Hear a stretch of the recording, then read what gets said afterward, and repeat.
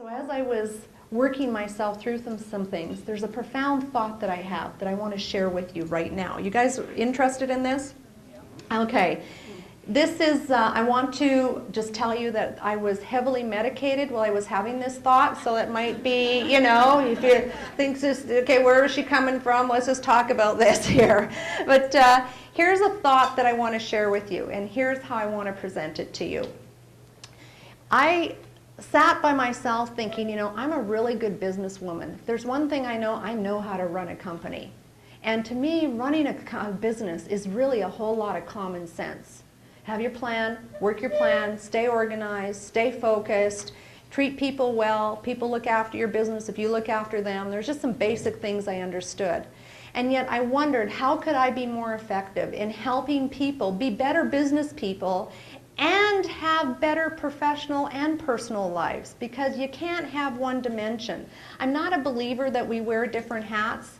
I don't think you're, you know, a wife, a mother, or whatever. I believe that you are one person and one thing, and that is, it's hard if you're going to try and keep playing these different roles. So we've got to be successful professionally and personally. So here's what I want to take you through. I want you to pretend I have this dream company. By the way, this is not H3O. I don't want to reflect badly here. But I want you to play this game with me. Pretend that you're all going to come to work for me, and I'm going to pay you double or triple whatever you're making now. You ready? Come with me? How many of you would come? Whatever you're making now, double, triple, you're all coming for me. Okay? You're thinking, that sounds like a really good deal. All right, now you kind of feeling excited about that? Great. Here he comes. Here he comes. You're head of finance, okay? That's what you get put you in charge of. Now what we're going to do is, before you get too excited, I want you to understand my company is just a little bit different than a regular company. The first thing we have in our company is we don't have a particular purpose or expertise. We just kind of like to do a lot of different things and grab on to whatever kind of comes along, because we don't want to miss opportunities. So sometimes we get up in the morning, we're going to manufacture some stuff, and then in the afternoon we might sell some stuff, and then we might, you know, pack some stuff and ship it out. We just want to do a whole lot of different things with it. We're always moving around a lot. Next thing is we also have no structure. We don't have any departments, we don't have any titles, no hours of operation. Just, that's pressure, don't you think? You don't need any of that. So I like to keep things really non-specific, and I don't like people thinking they're better than anyone either, so just everybody's the same. How's that sound? Sound good? Still want to come for work for me? Yeah? No. You know, already lost somebody, people. I also have no finance department. Finance departments, I call them sales prevention departments. Every time I wanted to do something, they'd tell me if we had enough money or not, and I could do it, it was in the budget or not. So I'd tell them, you guys have a sales prevention department. Just let me spend what I want. And they were there to control the sales departments. But we don't, in my company, we don't do budgets, we don't do financial reporting, and we don't do signing authorities, because that's just too much bureaucracy. Okay, it just slows everything down too much. So we don't really like that. The other thing is I don't have HR departments, because frankly that's just a whole bunch of annoying stuff that doesn't make money for the company anyway, right? So it's just a whole bunch of rules and policies and stuff on how to treat each other. We don't do any training and development, and we don't do job reviews either. What is with a job review? They always feel obligated to give you something to work on. Negative, I don't like it, so we're not going to do that in my company. Anybody else not want to come with me so far? Or how many of you are here? How many of you come work for me for free? You're liking this so much. How many of you thinking this sounds like the company I already work for? This sounds like my company. We also don't have a customer service department. Customers are the most important people to any business, but you know what? We just kind of let everybody answer the phone and give answers and just do the best job we can. And then we also don't do strategic planning. Most mission statements just hang on the wall anyway. Do they really do anything with them? Probably not. No goals or objectives, because we don't like that kind of pressure that all of that creates as well. So that's also really important for us not to have any of that. So it's kind of like a party, isn't it, coming to work with us? Just come in, do what you want, do when you want, come and go as you want, and everything's fine. We also don't have this ERP thing, so we don't want negative thinking, we don't want planning to fail, so we don't have this emergency response plans either.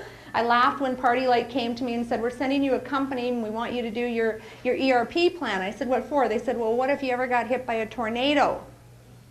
I said, when's a tornado ever hit Richmond Hill, Ontario? 3 days later, a tornado hit 20 miles from me. So I did think that maybe that's something you should think about every now and then. But anyway, this kind of outlines my whole company. And I want to ask you, does this sound insane to you?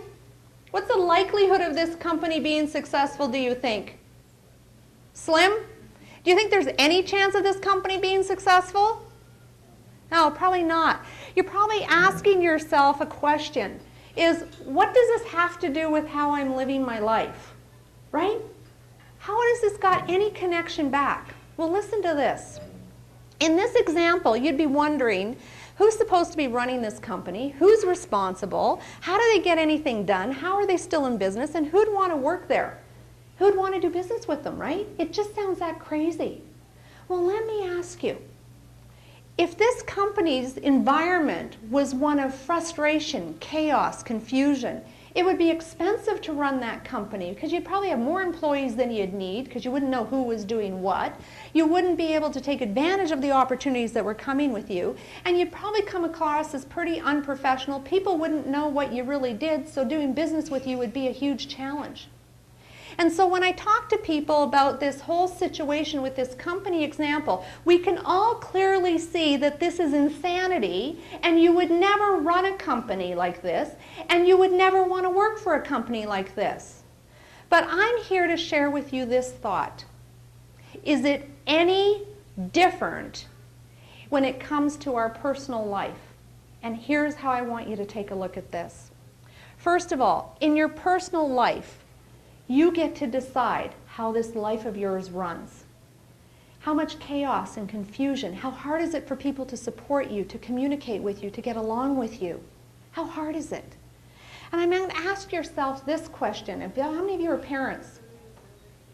Why is it that we so clearly know when we have these little babies that we get born with, that we know it's really important for them to have structure, right? Bedtimes, set times, meal times. We know structure is really important because kids function better. Anna, do they function better with structure? Thank you. And we also know that they need to get enough sleep, and we know that they need to get fresh air, and we know that they need to learn, and we need to stimulate them to be able to grow. We know that they need to eat right and eat healthy. We know all of this for our children, and we as parents, we put all of this in place to help them to grow, to be well balanced and happy and healthy. But when do those rules stop applying? Never. But yet when we leave our parents and we stop being parented, we tend to lose this structure. We tend to put our own selves into chaos, so we don't have this thing that I call a DMO. What's your daily method of operation? That does mean a bedtime. That does mean what time do you get up? What type of organization have you created in your life so you can function better and function more effectively? Do you have clear values and boundaries of who you are, what you will and will not do for love, for money, for success, for your children, for your parents? Do you really know who you are and what you stand for? These are your policies and your procedures, aren't they? How do people know what to respect and support in you if you don't even know? How do we do that? And next is, who's accountable anyway?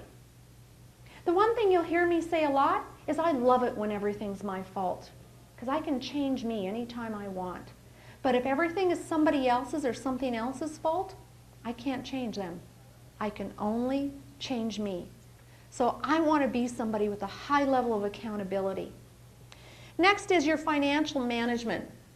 I watch money create chaos, stress, anxiety, heartbreak, broken relationships.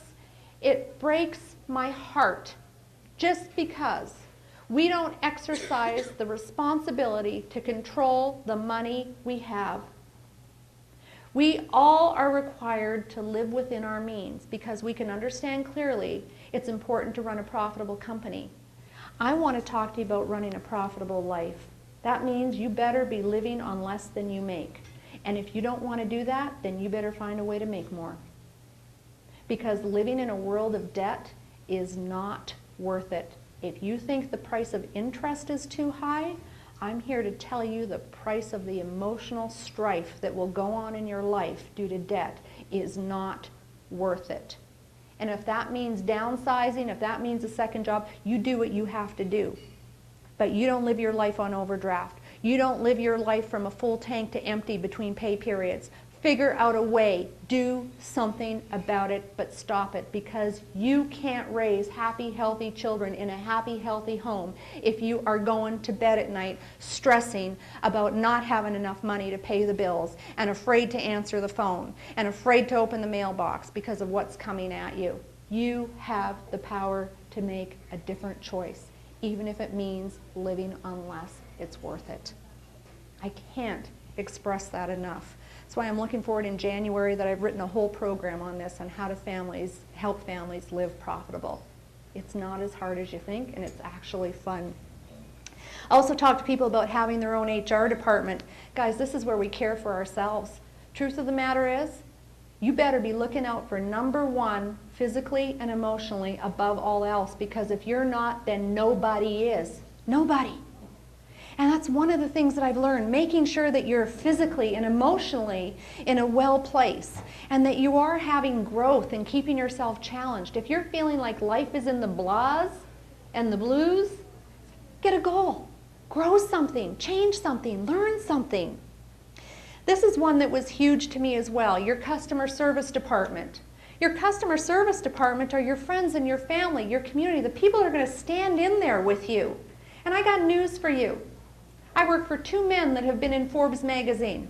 I have made them fortunes. When I was diagnosed with cancer, not one of them was standing beside my bed when I was fighting to get better. It was my friends. It was my family.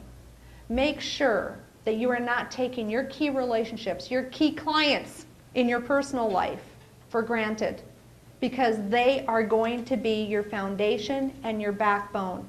And then we can come back to that emergency response plan. They're a huge part of that, a huge part of that. So nurturing those relationships, making sure that you have got this drive and this purpose created within yourselves, just like a company. What's the goals? What's the objectives for this year? You get what you expect in life, you know. You expect nothing, I'll guarantee you, you will get nothing. Or even worse, you'll get what you don't like. Have an expectation of where you're going. Every week I have something that I'm working towards, something that's going to move me forward. And that keeps that drive and that purpose and that motivation connected in with yourself. Rather than just getting into this zone where I get up every day and I'm doing what I feel like I have to do and I need to do, you've got to have at least 25% of your day doing what you want to do. Do what you want to do is such a beautiful place to live. But if we're going through our days and we're doing this have to do's and need to do's, there's no joy in that. It's not fun. So knowing what you want to do is a key part of this. The emergency response plan, guys, I work hard at looking after myself. I look hard at being financially responsible, loving my loved ones, but I don't care what you do. Stuff is going to happen. Stuff's going to happen. And you shouldn't live your life worrying about it, but you should at least be smart enough to recognize and prepare yourself that if something does happen, that I know a couple of things for sure. One is, everything happens for a reason, and the second is, everything always works out for the best. People talk about cancer being a gift. I want a return on this gift, thank you. I don't want to have this again. I'll make the best out of it, and I already know there's been a lot of people that I've known diagnosed with cancer that I've been sharing some of the research that I've been able to do on it that have helped them make better choices. So in the end, it comes down to self-leadership and making sure we understand what our choices are.